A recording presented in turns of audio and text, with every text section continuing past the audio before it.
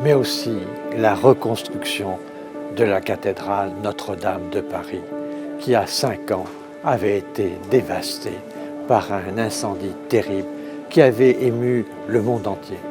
Il a fallu une énergie formidable pour rebâtir cette flèche, pour reconstruire cette cathédrale. Beaucoup de métiers se sont associés, beaucoup de pays se sont associés. Et je veux saluer la coopération avec la Chine et avec tous ces professionnels chinois, professionnels du bois, professionnels de l'architecture, professionnels de l'ensemble de ce qui est aujourd'hui la reconstruction de notre patrimoine.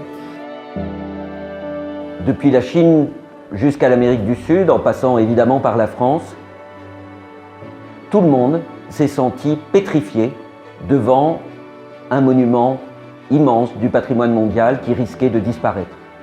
À ce drame a succédé l'espoir et une gigantesque mobilisation venue du monde entier également pour que soit restauré ce patrimoine qui nous appartient à tous. Et 5 ans après, nous allons redécouvrir petit à petit, visite après visite, ce joyau préservé et magnifié. Depuis des décennies, les Chinois sont venus en nombre pour visiter Notre-Dame, pour y découvrir la beauté de son architecture, la splendeur de ses œuvres d'art, mais aussi pour partager cette paix qui règne à l'intérieur. Je souhaite que très prochainement, et aiguillonnés par ce qu'ils découvriront dans ce documentaire, ils puissent à nouveau revenir.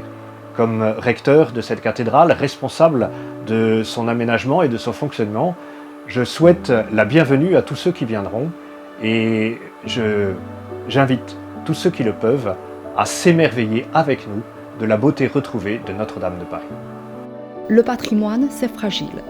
Et on croyait que le patrimoine existe comme ça et peut-être pour toujours.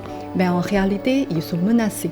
Ils sont menacés de la dégradation et peut-être menacés de disparition tout d'un coup.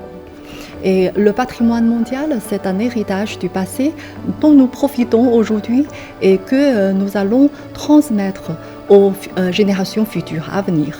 Et donc, je pense que le patrimoine mondial prend tout son sens dans la perspective du développement durable.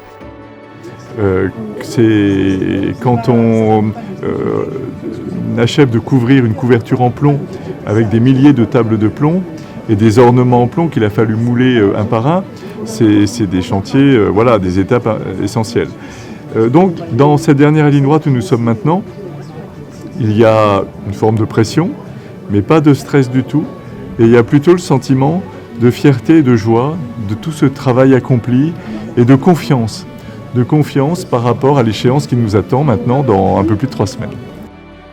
De nouvelles choses sur Notre-Dame que nous ne connaissions pas, et donc tout simplement d'enrichir nos connaissances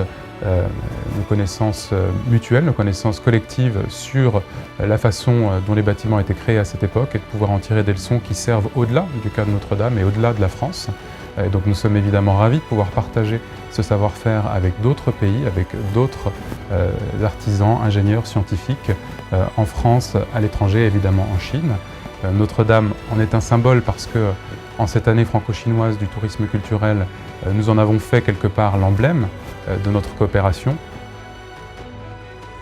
Donc je pense qu'aujourd'hui le musée est vraiment un lieu assez particulier pour le public, le jeune public chinois, pour admirer les cultures étrangères et aussi de faire des comparaisons et aussi de faire une réflexion très approfondie sur les échanges culturels entre les différents pays.